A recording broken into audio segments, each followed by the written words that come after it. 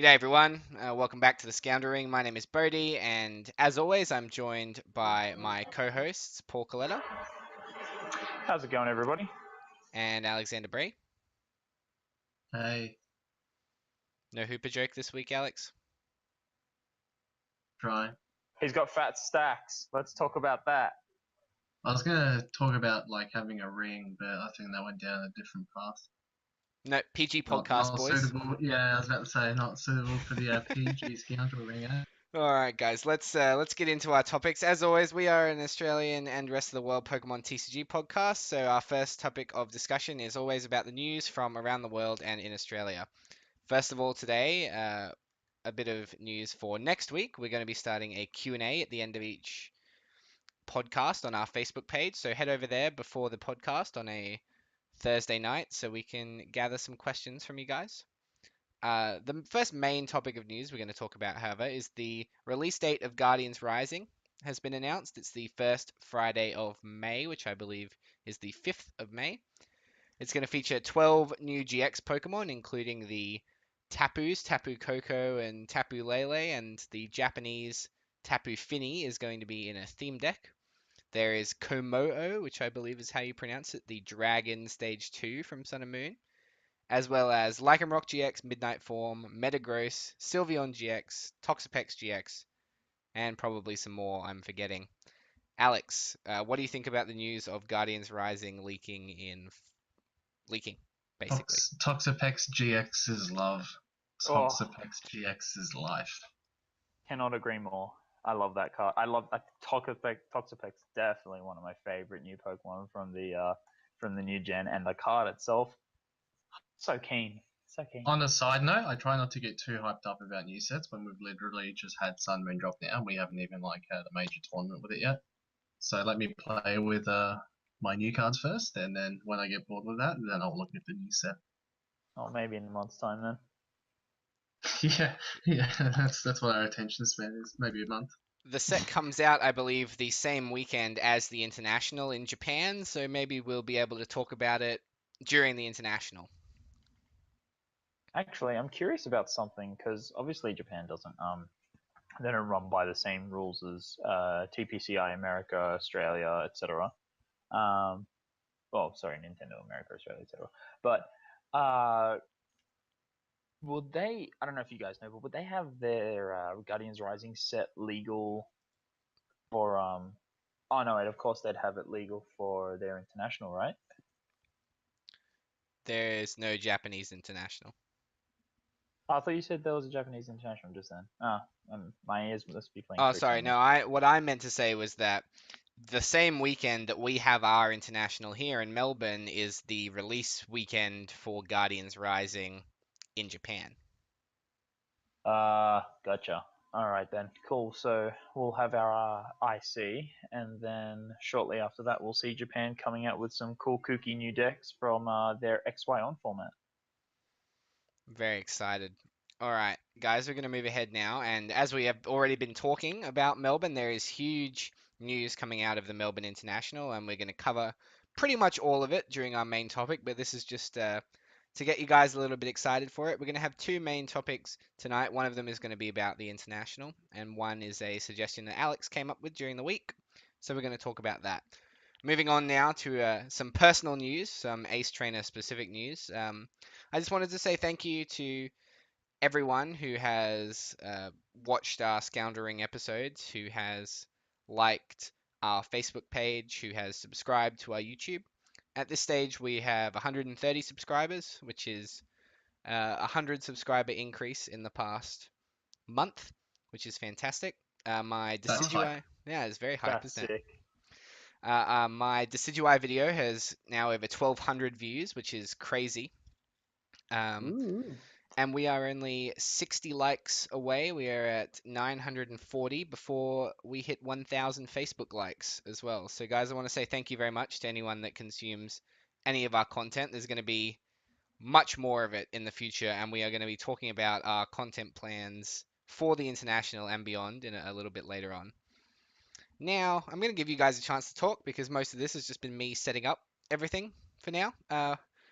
Final sort of news and round the world topic is going to be what we've been testing, the Sun and Moon edition. Of course, Sun and Moon is legal next Friday, which by the time we're recording this podcast is a week from tomorrow, so 8 days away. Have you guys had a chance to get your hold of some Sun and Moon product and test it out? Alex, you first.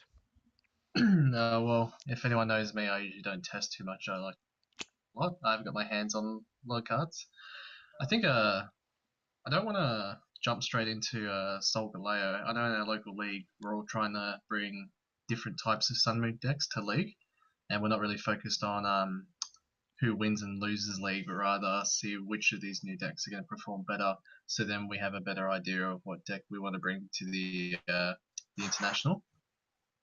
Because for us, it's more so like we want one of us to win or do really well. Like, because if I can't do really well, I want one of my friends to do well. So, for me personally, one of the decks that I'm going to that I have been theorying and I'm probably going to build and take to my local league in not this weekend, next weekend, is focused on Zorok, Vespiquen, and the old evolutions.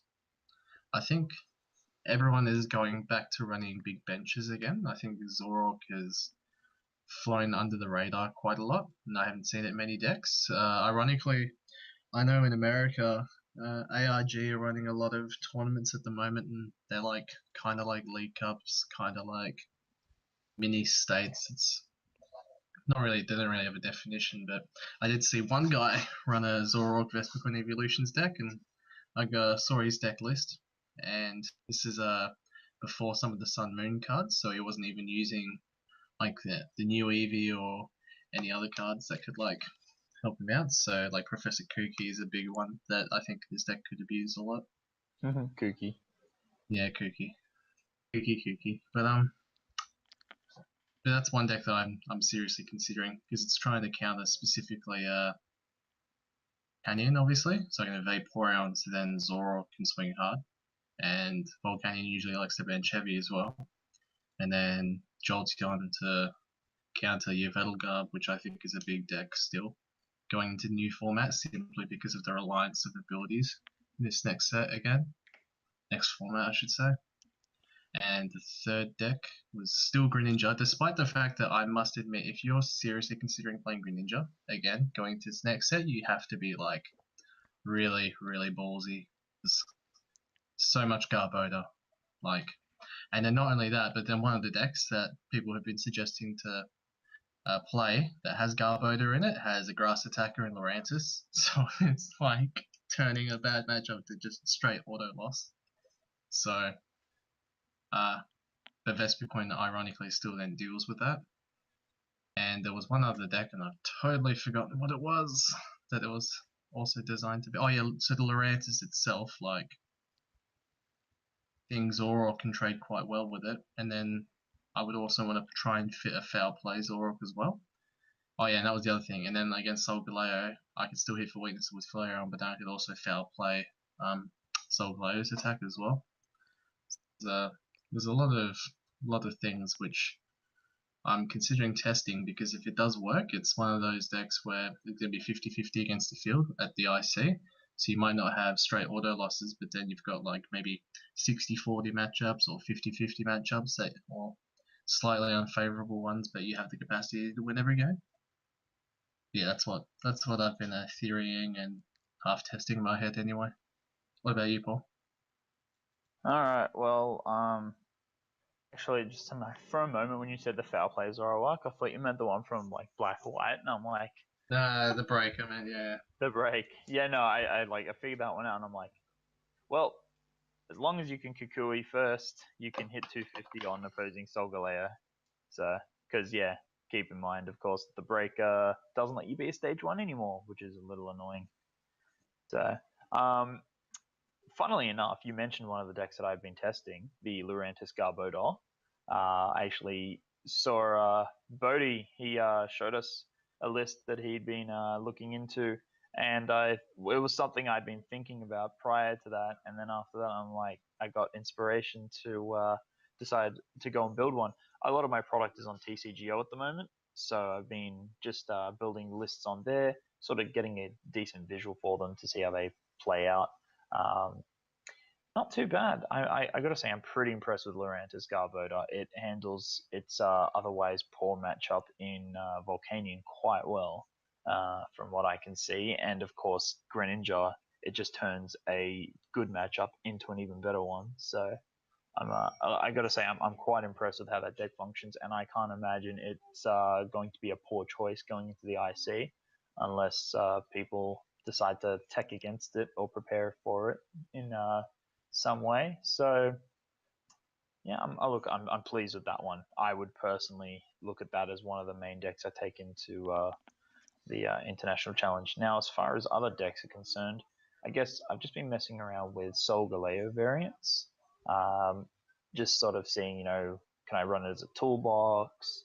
I've tried it with Laurentiis, which, if for any of you who might have bought the Elite Trainer box, you might have seen one of the suggestions in there was Solgaleo Laurentiis. And what I can tell you is it's not the worst thing in the world having a stage 1 and a stage 2 in the deck.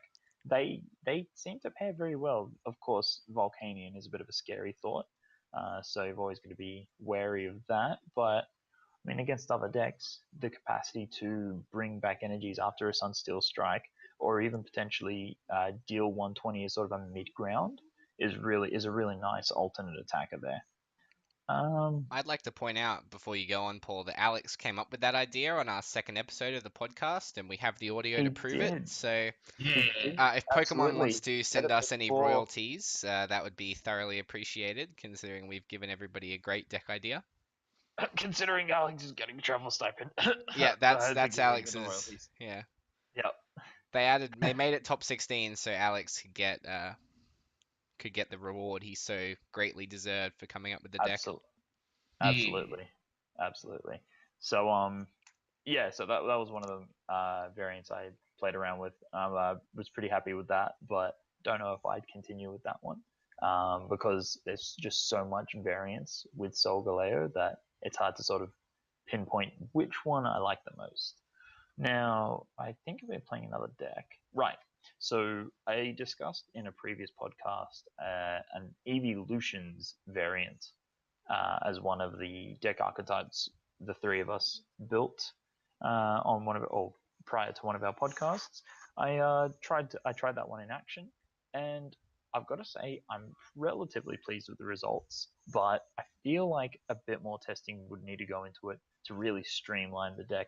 I don't think I mentioned EXP share, or I don't think I had it in my list in my previous video, but I decided to update the list with it, and it definitely works quite well because it allows you to move the energy to one of the evolutions and then instantly have another powered up one the moment you get another. I interject. I seriously underestimated how good XP share is in a format where we have no tool removal. Oh, it's fantastic.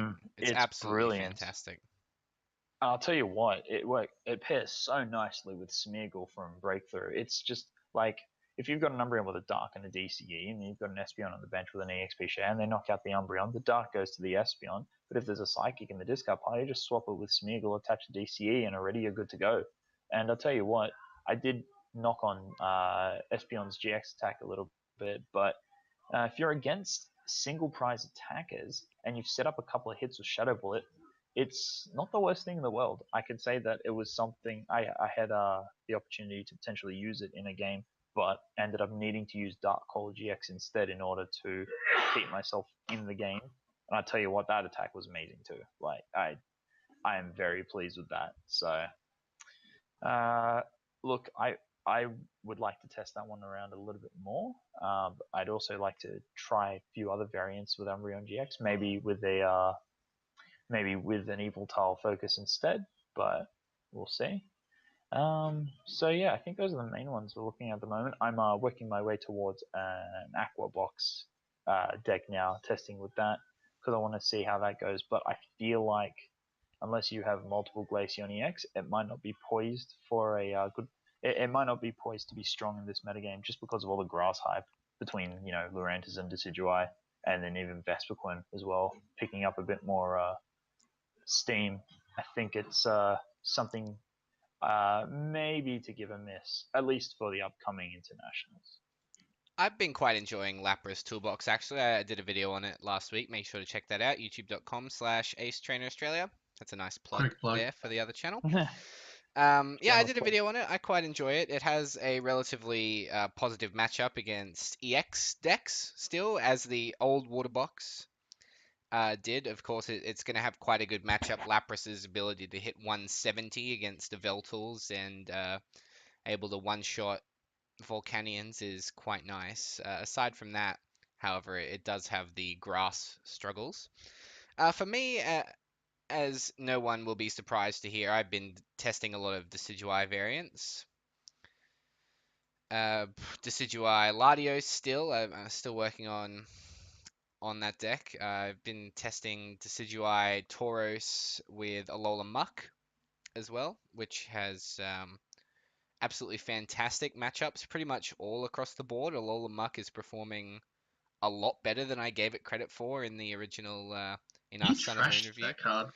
I know, I did. Mm. I thought it was absolutely awful, and it has changed my mind. Let me say, after Is it just testing it. because it doesn't need a tool? Yes, absolutely. It's nice. I mean, testing Tauros, Muck, Decidueye against Volcanion just feels great because I hate Volcanion, Oh, and then and you just swing into them with huge damage with Tauros. That's brilliant. they can't do anything to you. They just die every single turn. It's fantastic. Um, Volcanion's in an interesting spot at the moment. I think there's a lot of decks out there that it still does very well against, but decks you would think that it would do relatively well against, even a lot of the grass decks that it does well against now have pretty positive matchups against Volcanion, which is really interesting. Vespiquen can beat Volcanion now, especially with the inclusion of like the Evolutions and Zoroark. Playing Vaporeon is a surefire way to just kill 3 Volcanion EX turn after turn, basically. Zoroark, of course, because they need a big bench. They're gonna play down their sky fields and put six or seven Pokemon on the bench relatively often. So Zoroark is going to be hitting for over 200 damage. Laurentiis and Garbodor is playing weakness policy now, like 3 weakness policy and So Garbodor dirty. and I think Pokemon this is Center gonna have Lady. but it's gonna have a negative effect though. Like too many decks, specifically trying to counter Volcanion, is gonna create a format where then just something completely rogue could just take a tournament by storm. Stuff like decks that you can't forget about, like Gyarados, like Oh yeah. because I would still count that as a I don't want to say rogue, but definitely tier It's two. But like something it's like a that, if drifter it's left, deck. yeah, if it's left unchecked, like just an example. But other decks like I knew I feel like a Mega Manectric last season when Trevenant was getting out of control. It got to the point where like there was Mega Manectric had such poor matchups against Night March, it was just unreal. Like it was almost unless you had the version that had Jolteon in it, and then were able to just lock him out of the game. Like Mega Manectric would just almost always lose to Night March, and Night March was super popular. But that's why Trevenant was so popular. So you're like, oh, I'll just risk Mega Manectric. Yeah, When if too absolutely. many people are just countering Volcanion, then you're gonna have less consistent decks and people playing maybe a tier two deck, but full of just pure consistency cards and no techs are going to be able to beat these other decks just because it's top deck end to two top deck weakness policy. Oh yeah, that's going to help when I get like hit by Mega Mewtwo, Psychic Infinity, like Doesn't even apply weakness anyway. So we just what I mean. So yeah, well, I think that's the effect that this new set has had. Like, it's done this weird thing where Volcanion became big, and then all of a sudden, like, straight away, everyone sort of tweaked to that and been like, make everything immune to Volcanion. And then Volcanion's like, well, I guess I'll sit this one out, boys. Evil Tall, you're back in the spotlight, you know? It's going to be an interesting format, and we are going to be able to talk more about this international meta and the Sun and Moon meta when we go forward. Let's go on to our first big topic tonight, guys, our first main topic, and that is league play and leagues, Pokemon leagues all around the world. And very specifically, we're going to talk about Australia and our local leagues, how to get kids to come to league, the atmosphere of league. Do we attend leagues every week, and how leagues are generally marketed. Alex, you came up with this topic, so I want to hear from you first. What about this topic made you want to bring it to the podcast this evening? Well, we obviously just had pre-releases for the Sun Moon set, and I think all of us can relate to going down to League, and there's like, the usual group of us, 8 or so players, but then we go to a pre-release and you always hit capacity at 32 or however much product that's stored up for the pre-release, and you really don't understand how many people actually either collect the cards or some of them, kind of want to play, but they just came down to the pre-release because new shiny cards, and it's not like they don't know how to play, but it really makes you think, like, all these people, if they just maybe got a starter deck or something, or we could help them, they could be attending League regularly, and while you would still have that sort of like bunch of guys that would usually win, like us, people that have tended and are going to League to practice these decks if they're taking their major tournaments. If you had enough people, there would be enough rounds where then the newer players could also play against each other at some point as well, so it's not always just playing good person after good person. One for WA, when Daniel Collins first set up the WCPL, it was a bunch of us who hadn't really played before, so to start off with, we were all on sort of the same level. Eventually, though, some people dropped off and some people stayed and got better and took it more seriously, and reached sort of a climax where there was a core group of us of maybe 5 or 6, and any people that rocked up occasionally would just get smashed. And we sat down and we tried to think, well, you've got a couple of options. You can either,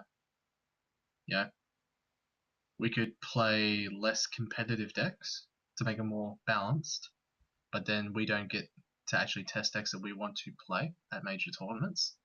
But at the same time, then we're not like completely destroying someone who's come to League just to have fun for their first time. Because like if you're a kid and you've built this deck and you may have played against your friends or something, or played the online game, you don't know, and you have all these cards and you've got you've got Incineroar GX because it's your favorite Pokemon from Sun and Moon, and you build a deck around it, and you're like, this is so cool.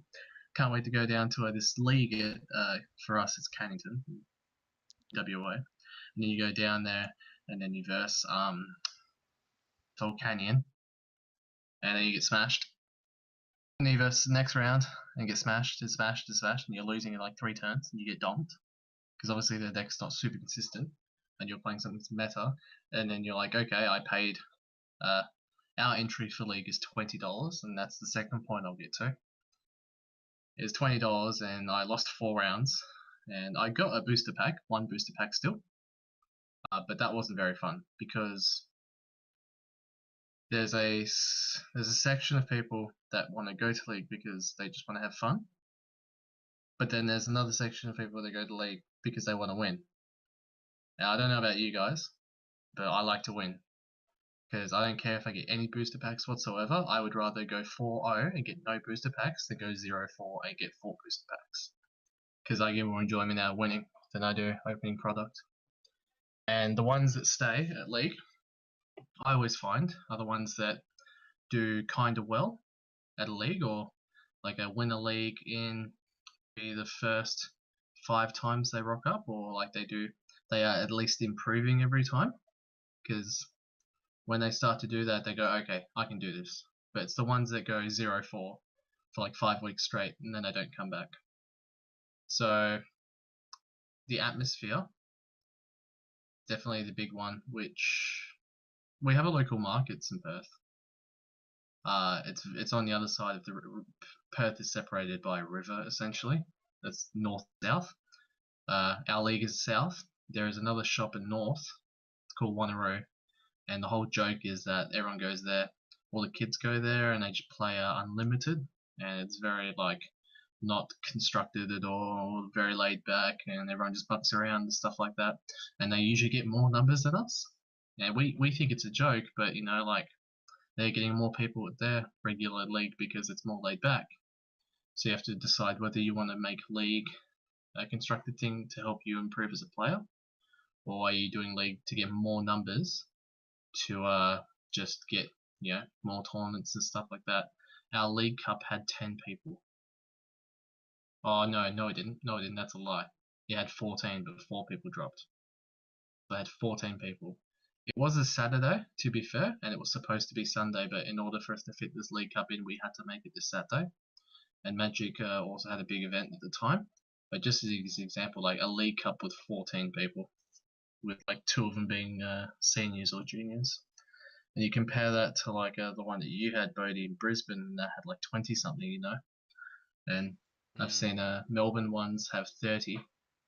So I think that's the challenge, at least how myself and all the guys, all the world's players over here been discussing with each other.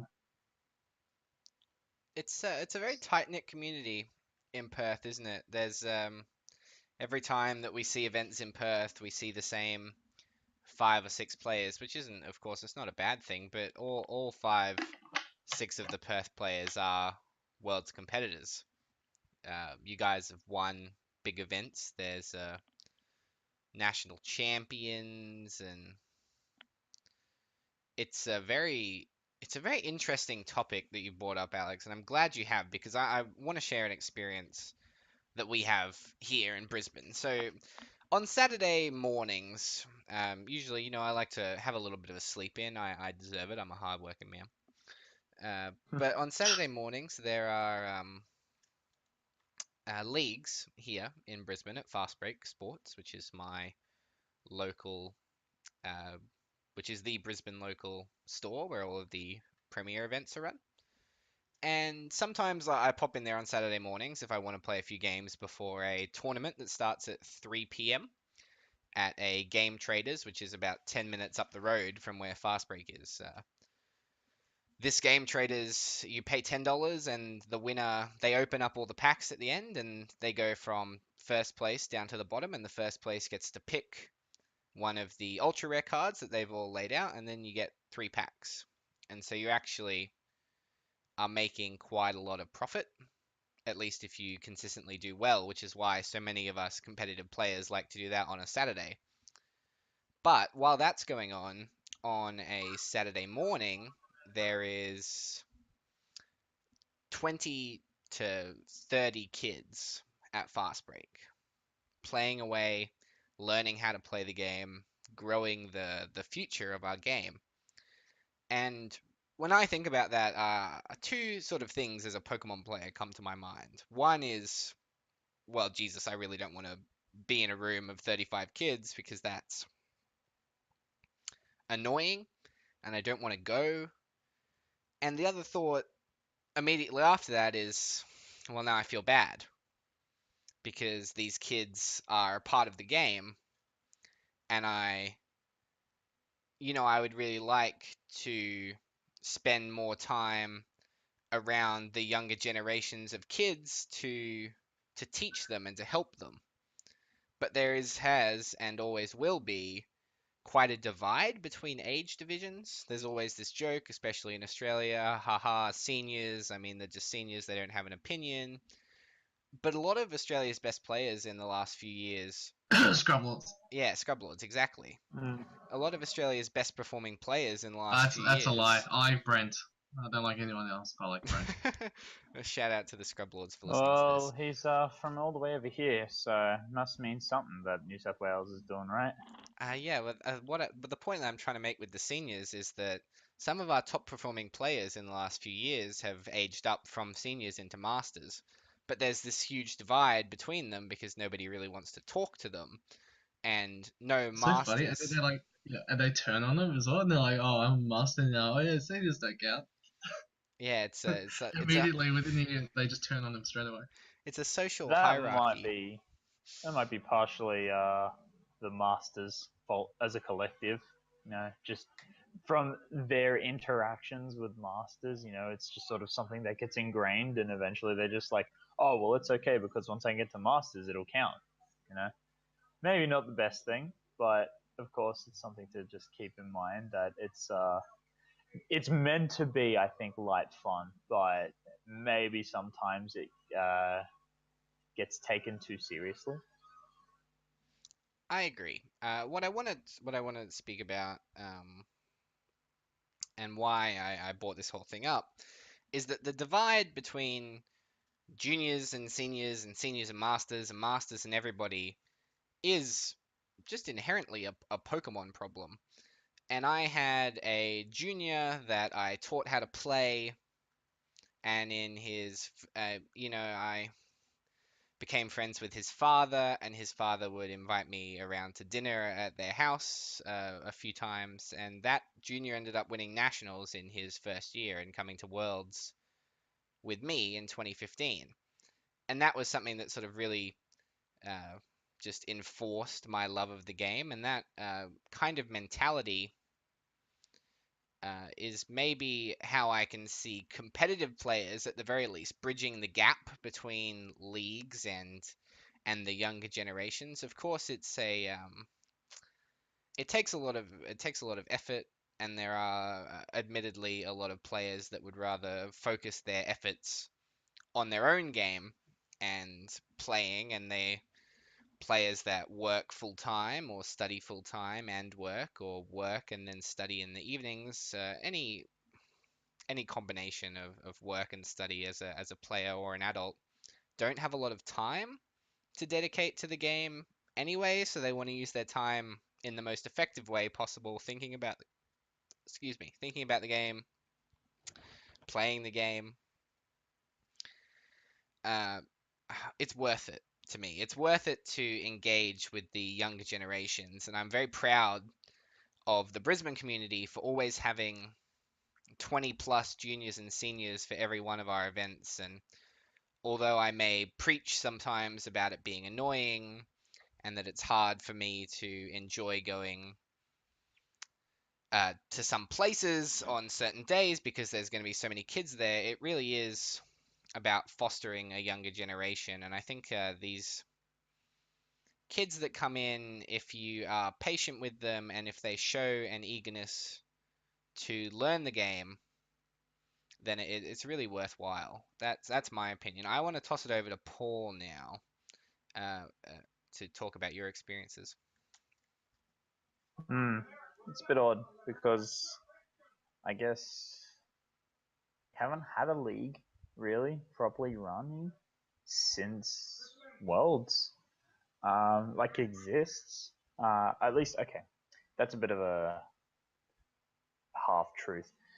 Burwood is sort of the more known community in New South Wales. Now, that tends to be a pretty competitive area of Sydney as far as I guess the Pokemon scene is concerned. But in saying that, Newcastle and Miranda also have their own events, and Miranda does tend to draw a bit of a crowd.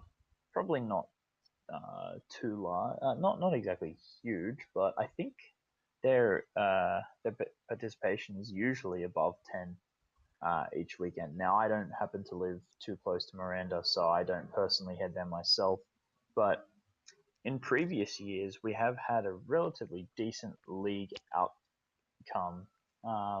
We usually have above 10, at least on our end, but a lot of the time it's, I guess, the more competitive players, the masters usually, and seniors, potentially the kids of some of the poker dads coming along as well. So it's been a while since we've really had an influx of juniors. And I guess over the years, it's a bit harder to remember when the juniors sort of started dwindling. Because I started in 2011, and I do remember there was a relatively big crowd at that stage. Although there was a transition at some point after that in leadership, so that might have affected some of the participation. Everything went downhill when Shane started his pre-release streak. No, to be fair, I did hear, and I was actually away in Japan at the time, but I did hear that our Plasma Storm pre-release pulled in 70 participants, which for a pre-release is pretty big. So that's I crazy. mean, and then take into account something like, well, I was judging the Sun and Moon pre-release in Berlin, and I believe that was 24 people. So that's like, a third of that, and that's a big change in about 3 years or 4 years nearly. So we've had big turnouts. I mean, 24 people at the Burwood pre-release is actually pretty impressive, considering I've been to league. I think 3 of the last 4 Sundays outside of that, or maybe it's 5 outside of the pre-release weekend, and we've gotten like 4 or 5 people show up. So that should show you the current state. It's basically, a combination of a lot of the seniors as scrub lords, as you mentioned, who are actually in year 12, or like year 11, but they're all like not playing at the moment because it's not the competitive season, and so they're all just like focusing on school or whatever. And then you've got like myself and the crew that have come along with me over the years, and we're not there at the moment due to other like work commitments and whatnot, although I am trying to go back myself and try and build up the community. I know that working with juniors is something that I try to do whenever possible, and usually if they're brand new, I'll try and assist them by giving them a few cards, usually staples that I have spares of, but just something to get them started. I may not necessarily give them 4 of, I might sort of slowly introduce them, let them, I guess, try and develop critical thinking skills, realizing what cards might need to be at a higher count, what things may not work with their particular deck, and so on and so forth. I know that when I went there about a month or so, that was the case where I was there, and there were 3 of the juniors who I hadn't seen or met before, and I managed to get to know them, and I think 2 of them actually came to our Sun and Moon pre-release, so somewhat promising. I think that we may have a bit of an increase in league attendance, but right now, it's something that I'd like to build back up, and maybe the hype around the international challenge, plus if we start getting league challenges and league cups over at Burwood again, then we might see an influx, and then from there we might be able to draw in more of a crowd by just sort of letting them know what we can do each week. The other thing as well to keep in mind is a good friend of ours, Ellis Longhurst, who writes articles, I think, for Pokie Australia, has also submitted a video, or is going to submit a video with regards to the pre-release that did just happen in Burwood. And I think part of that was to try and bring along new faces to the league community. So that's definitely something worth checking out, even if it isn't one of ours. It's always good to see a friendly face, try and bring along new people. So that's something. I think I might have featured in that video as well. Yeah, you did, and it was awkward as hell. Why was it awkward? I watched it and I found it was funny. I was watching it with Maddie, and then we were watching it, and then you came up on the screen. I just paused it, and I was like about to close the tab, and he's like, "No, we need to watch it." Okay. I mean, I don't get why that was awkward. I was just sort of speaking in I was just being filmed, but I wasn't actually, I guess, paying attention to the video camera. I was just trying to let people know what was going on with the pre-release there. So, yes. And just as a side note, I suppose the last 2 pre-releases, or the last 2 sets for Evolutions and Sun and Moon, I was judging, and so there were instances where some of the juniors required some assistance in building their decks, so I did help them out with that as well, just so that way they'd be able to work with something during the pre-release, explaining to them the rules of the game, and just staying with them for a couple of minutes just to make sure that they understood. Although when you're drawing a big crowd, like the Top Ride pre-release, bringing in 31 or 32 people, which was capacity, it's definitely not easy moving back and forth to make sure all the rulings are right. But you get there in the end, and the juniors, some of the juniors are pretty switched on and already know what's going on. I saw some of them, completing the pack trick, so that way they could see what ultra is they get last. So clearly they're paying attention to YouTube videos as well. But look, I think bringing them along after pre-release is a really good way to get people in. I think that's key point I'm trying to get to here, is that because pre-release puts everyone basically in an even playing field, unless someone happens to get lucky and pull like 2 GXs in their 4 packs. Generally, it's a good way to sort of ease them into the game, get them to know the rules a little bit without it being too competitive, and then like bring them over to League where they can start playing with their favorite cards rather than just the ones they pulled on the day.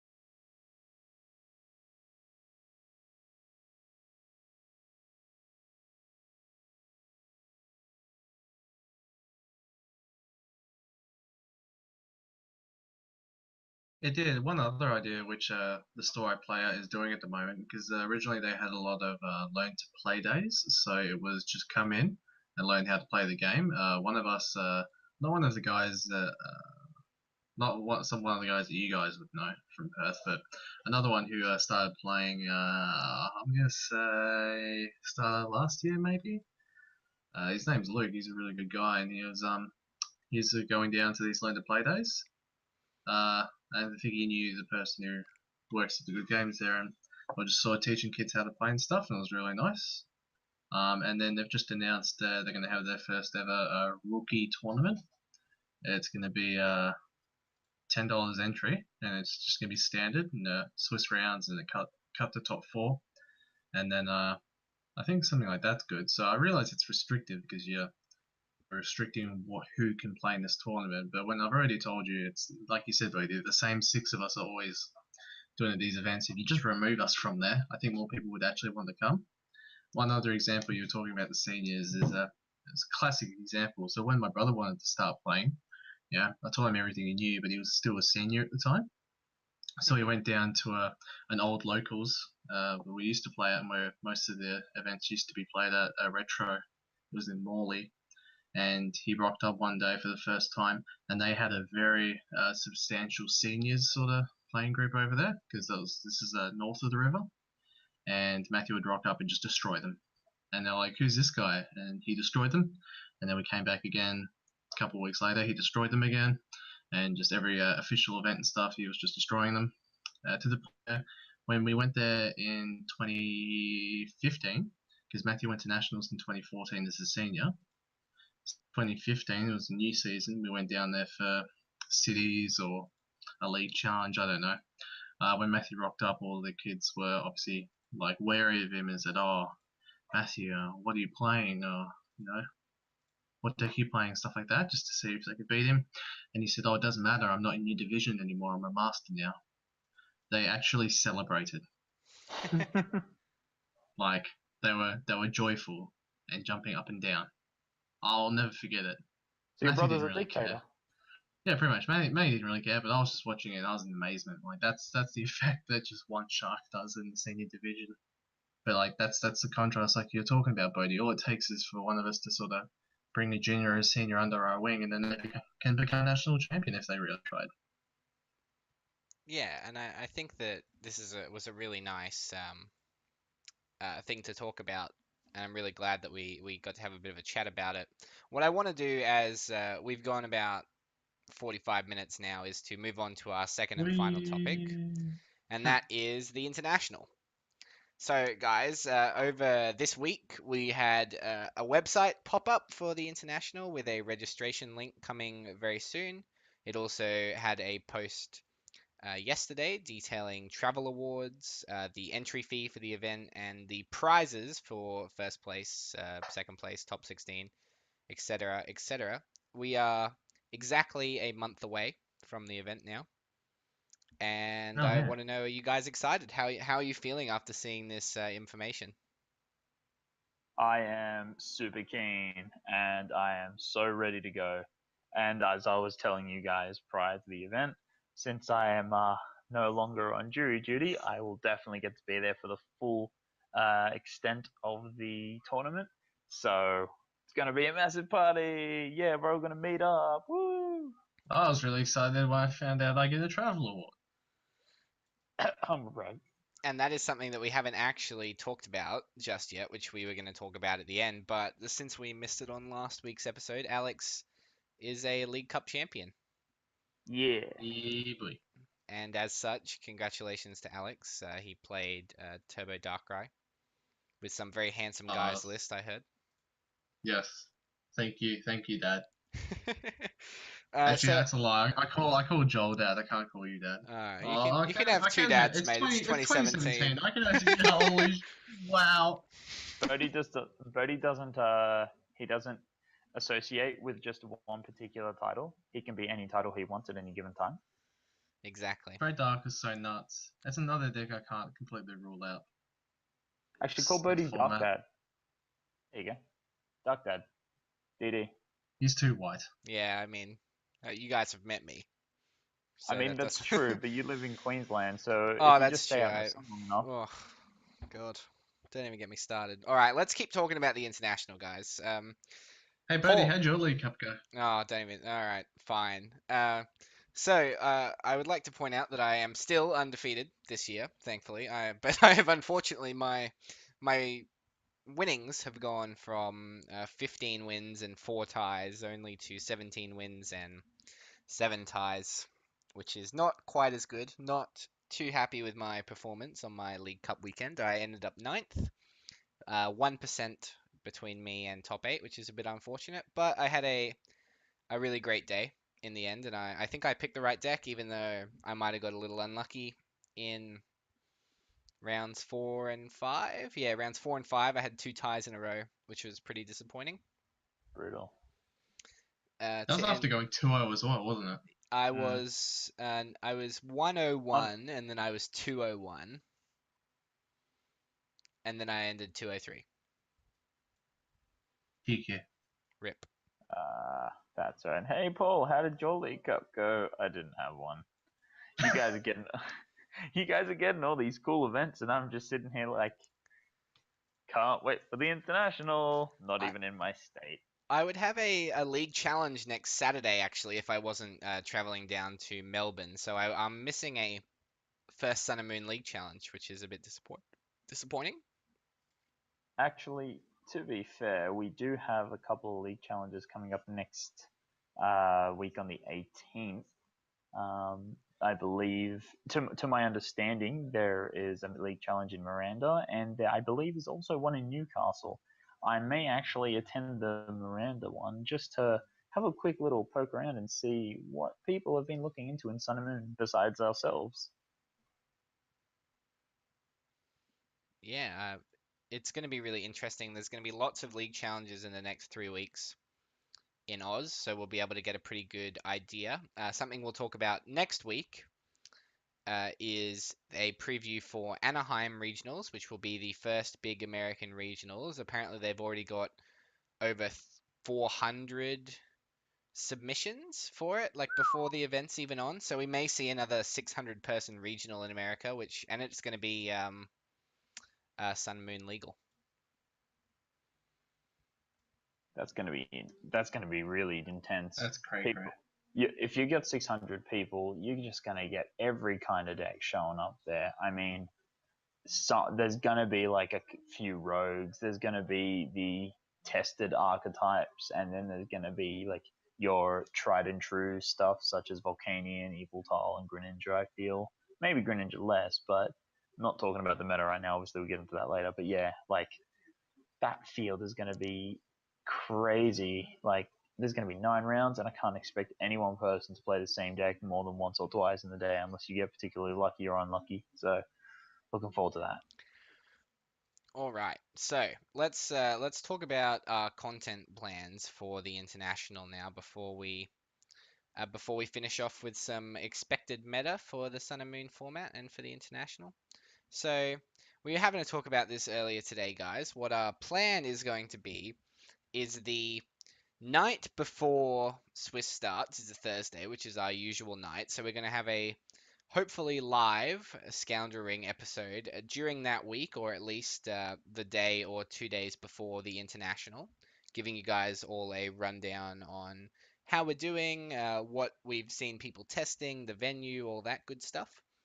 After day 1, we're going to try and get together again and have a second live podcast, or at least maybe our first live podcast if we can't get the first one done. Talk about day 1 Swiss, the top 32 decks. We'll talk about our experiences, whether some of us end up commentating, or if we're all playing, or if one of us is commentating and the other two are playing. We'll figure it out. But what happens is we're going to have one after that, and then the top 32, top 8, top 4, and finals will all be on the Sunday, which means on the Sunday afternoon, after that is all finished, we will have a nice look at the whole event. Maybe look ahead to the next international in Brazil, which will be about 6 weeks afterwards, and try and do our best from there. Also, my plan for youtube.com/Ace Trainer Australia is to take some vlogs, and I hope that both Alex and Paul will join me in those vlogs on our YouTube channel. Ooh, yeah, super keen on that one. Selfies everywhere! And Alex can Snapchat to his heart's content. Yeah, I don't know how many of you guys have noticed that Alex likes to Snapchat during our podcast quite often. So if you hear a camera shutter in the background, it's Alex taking a picture of his handsome face, like that. Yeah, just like that one.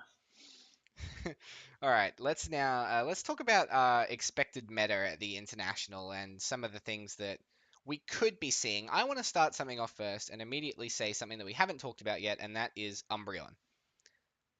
Umbreon Yeah. evolutions, Umbreon Zoroark, Umbreon Garbodor, Umbreon with Espeon, Umbreon with Wailords and Wobbuffets. What? And there's lots of different. Oh, now hang on. Oh man, like seriously, Wailord. It's got so much Is that your HP. trigger word? Because like literally, Andrew was talking about this. It's actually not the worst idea in the world. Like, tell me what is one-shotting Wailord right now? Vespiquen. Vespiquen Yeah, but like can. Vespiquen's not super popular, and they need a lot in the discard. That is true. If you have weakness policy. Can. Oh yeah, yeah, if you have a weakness weakness policy. policy, sure, Ugh. but Ugh. That's the tip. But what Well, else would you have? Like, you can have belts and weakness policy, and then just put the ones on that you need for that matchup. Like, I'm telling you, I mean that is Really? true. But like, it's actually legit. oh yeah, absolutely. I mean, I messed around with Wailord once. I might have mentioned that, but it wasn't exactly great. It was funny though. That's the meta. Wailord is the meta. No, okay. Well, WA aside, because their team mascot is Wailord, I think that we like Bodhi said Umbreon, and Umbreon sounds popular because well, it's a popular Pokemon. It's got decent attacks all around. Evolving it on the first turn is strong, and that HP is nice. So I expect to see Umbreon in some capacity. I actually expect to see many variants of Umbreon, just because I don't know if people have narrowed down exactly what they wanted to, what is the best Umbreon variant at this point. So with expected huge turnout, I'd say it's likely that we see like Evolutions variant, like I mentioned before in my testing, one with Garbodor, so a bit of ability lock there, paired with Eviltal, I think could be seen as well. And I mean, that's not the only deck that's going to exist. The meta has more than just one archetype, of course. I still expect to see Volcanion, despite people's attempts to have be aggressive against the deck. I definitely expect to see Laurentiis variants around, that's for sure. And I mean, I guess we'll see a smattering of things like Mega Rayquaza, Gyarados, Greninja, and maybe some Solgaleo decks as well. I don't know. I think. What do you reckon? I think the big three is or the big archetypes is what people want to hear about. What interests you besides Decidueye, Bodhi?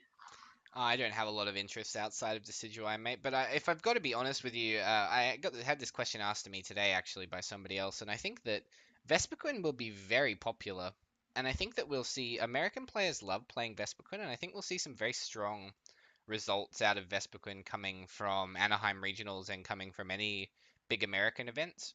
Australian players, as much as our meta is its own meta, there is a tendency of top players to talk to top players from other countries and to use the results of other countries in our own personal testing. I know that I've done that plenty of times before in the past. So if I see a bunch of the same sort of looking deck coming out of a big American event, then I will definitely be testing it. And if I think it's good enough, then I'd probably play it too. And I know a bunch of people think the same way. So maybe the American event will be a big wake up for Vespiquen, and we might see more Vespiquen. I think Laurentiis, Umbreon, Vespiquen are probably going to be the big three. I don't want to say Decidueye because I think that a lot of people aren't going to play Decidueye. Sort of from what I'm seeing at the moment, I'm happy to be wrong on that fact. If I could say the card that I think will be played most is Tauros. Tauros Anyway. is so cheap at the moment, like $4, $5 each, which is crazy because the card is so good. Oh yeah, I mean, big bulky thing. We all saw how the Dragons did way back in the years of Black and White, Reshiram, Zekrom, and Kyurem with their outrage attack and their super high HP. This is just a little bit extra, and it's also got an even stronger version of the attack in case of emergency. So I like it. I like it more than I did when we discussed it back in the day of Sun Moon preview. But I mean, how have you been testing it, Bodhi? What decks have you mainly been messing around with it in? Messing around with Taurus, a lot of Decidueye, like I mentioned earlier. I posted up on Ace Train Australia earlier a Veltal Tauros list that I have been working on. I even Oh, yeah. tested it in Mega Mewtwo, which I thought was really interesting, and it actually worked very well. Mega Mewtwo is something that is always going to be hanging around, and I think that is quite good, especially the fairy version. Just been trying to test it in a lot of stuff. I tried to put it in Volcanion and Darkrai as well to kind of see how it fits in decks that don't run double colorless energy but can run Ninja Boy, and that kind of thing worked out all right. Decks that run double colorless, I'm not as big of a fan of running Ninja Boy with Taurus because you can just put it active much easier. Yeah, so a lot of Yveltal, a lot of sort of big basic decks, Darkrai, Volcanion, and then Decidueye and Mewtwo, some evolutions as well. Now, hold on. If I remember correctly, Alex was a super big fan of Taurus GX back when we were talking about it. Alex, have you looked into any lists in particular with that card teched in, or is this something that you've changed your mind on since? No, I haven't changed my mind. Your Garb is probably one of the best decks to use it for. The big thing I noticed with your Garb is it helps you, because your Garb always likes the Y Cyclone. So if you've got like a Dark in the DCE, Y Cyclone the DCE, ironically, and you keep the Dark on the active, and then your opponent sort of gets, like, they sort of go, okay, well, I'll smack this, or they throw up an EX that's not going to get knocked out by a Y Cyclone, but still out of range for Evil Ball, so they assume you're going to Evil Ball, and then they attack you, and then you Ninja Boy into Taurus, and attach another Dark. So and you have double Taurus. Well, pretty much, and then you've also moved the DCE on the turn before, so you haven't really lost that DCE either, which lets you Evil Ball next turn or Y Cyclone again. Like, that's why the battle deck's so good. Like Y Cyclone is still a strong attack, and then you're moving energy around, because that's why it's so universal. You have multiple attackers, and then the Tauros is just like another layer. It's another thing. Your Battle Guard punishes players that don't understand like what types of Pokemon or what attacks they can do, or don't understand like exactly how much max damage they can do on one turn. You know, they go, oh, currently on the board, nothing can knock me out. That's fine. I'll throw this CX active and attack, and then your Battle's like, oh, look, I hit 2 max elixirs in the DC attachment. Oh, now you're dead. Like Ninja Boy, I feel like is really strong in a deck like that. Because so many times you want a Ninja Boy away of shame, and it's on your bench anyway. Yeah. So absolutely. even if you don't have a Taurus play available, you can always just Ninja Boy the shame and just put another Yveltal there. Paul, I will ask the question to you now. What do you think might be the big three going into the event? Well, I harped on about Yveltal back in the Primal Clash to Evolutions metagame. I don't know if it is still the best deck in format anymore. I still feel like it's the most versatile though, and the potential inclusion of Umbreon, I think, makes the deck even more of a Swiss Army knife of options. Like, you have your evolution to get around things like Jolteon EX without having the, I guess, downside of bench limitation that Zoroark could potentially face. Look, I think I don't know how to feel about Turbo Darkrai in this upcoming meta, because everything's got such big HP. I mean, like, obviously you can hit those numbers. Well, you can hit 210, but I don't know if you can. I mean, you guys have both played Turbo Dark. How do you feel it stacks up against GX's HP now? There's. I think it's. Sorry, Alex, you go. Also, I was going to say, I don't think it matters too much when some of the GXs aren't one-shotting you anyway. Solgaleo is one of the only real ones. Because Laurentiis is just going to poke you. And then, what's the second attack? 60... Isn't it like 60 and then you heal yourself? Or 120 Can't and then remember. heal for Soul 30. Blade? yeah, what is it? 120 Solar heal Blade. for 30. Yeah, 120. So, I think cards that the Darkrai could just play Nurse and Darkrai, and you're sort of just mitigating everything that they try to do, because you're going to be swinging for more than like 120. You'll probably do 160. So even when they heal the 30, you're still two-shotting them. And if you play a Nurse, that throws all their math out completely. And Nurse is something which I actually dropped from the Turbo Dark list, which I very, very much regretted, and thankfully it didn't cost me. It nearly cost me against the Edelgard in top 4. They had double Fright Night, and that caused me a lot of headaches, and I still think it's going to be a deck that's going to get played in this upcoming format, so I'll definitely put Nurse back on the list. I think Turbo Dark has a very strong hold, simply because of one card which I promised I would talk about. Silent Lab is getting played in everything. Gets played. It was originally to stop Volcanion from going spazzy in the first turn, but not only that, but it's going to inherently stop a lot of other things. It stops Eevee from evolving on the first turn as well. So if you go first and put Lab down, the Eevee player has to respond with a stadium of their own, otherwise they cannot evolve into Umbreon on the first turn, which essentially gives you the ability to just knock out Eevee on the first turn. Traits, but you know, and then another thing is that the Turbo Darkrai decks don't rely on abilities that much at all. You know, only on their first turn. So Garbodor based decks aren't really going to be too much of a hassle. So Laurentiis has got a whole bunch of dead cards in its deck, whilst you just need to hit elixirs all the time. Even if you open Lab yourself, like you use Hooper, use all your abilities, then you drop Lab, because I'm assuming that the Laurentiis is still going to have to play Shamans itself. It's inherently less consistent. Yeah, I mean, I've the only real time I've played without Shamans with Laurentiis is that Solgaleo Laurentiis deck. I tried a 4 Talonflame variant instead to see if that was something that would be worthwhile. And well, I don't think that'll be one of the big 3 or one of the big decks.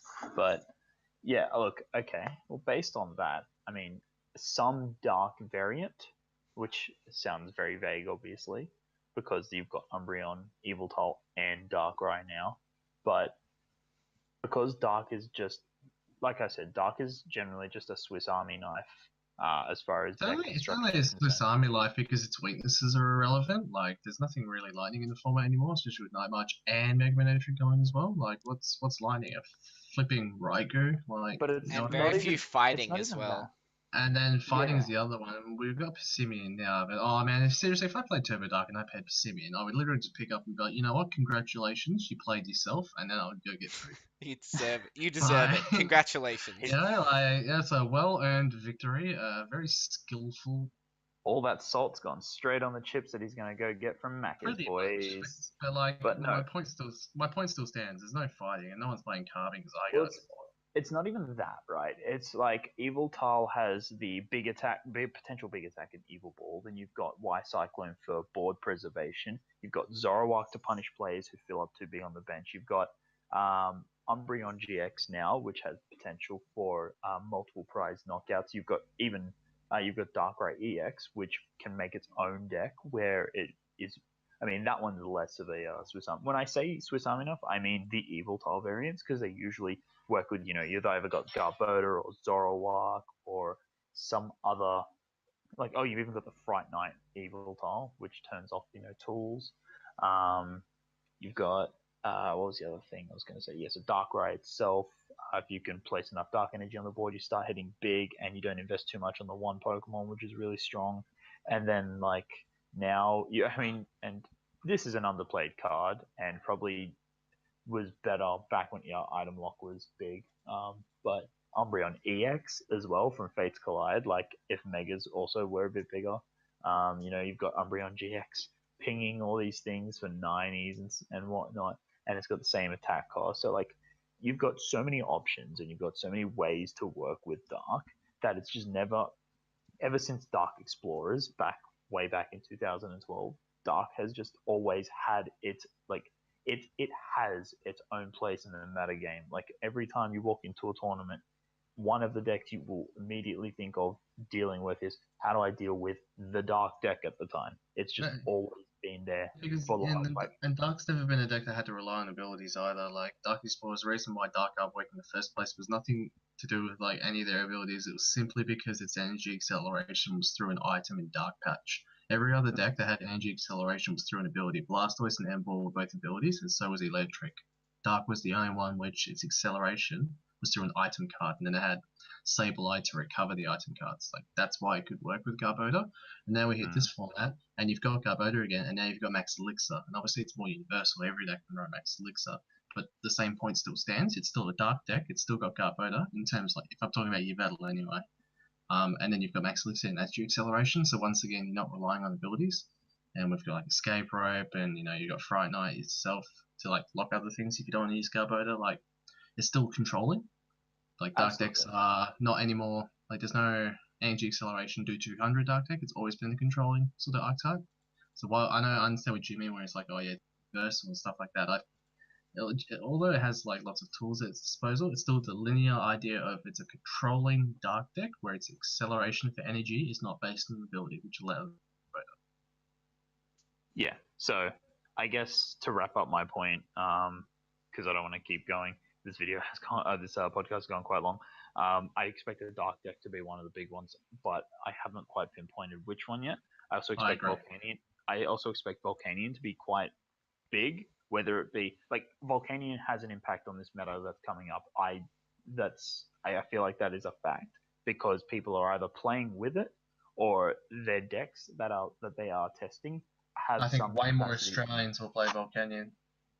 Yeah, and I mean, like, the fact that we've got people playing Weakness Policy, we've got potential water decks. I mean, people have been talking about Golduck from Sun and Moon, which is like a sort of tier 3-ish card by the looks of it at the moment. I mean, it's not a bad card, but, like, my point still stands. Like, you've got so much good stuff coming out of the next set, which can struggle against Volcanion, and then so that just gives Volcanion potentially 5 more new matchups that are fantastic for it. And so they've all sort of changed their decks in order to combat Volcanion. So I think Volcanion's one of the big decks going into the international. Yeah, it's the Night March of this format. Night March would kill all the rogues, but it lost to its hard counters. But then the rogues can beat the hard counters.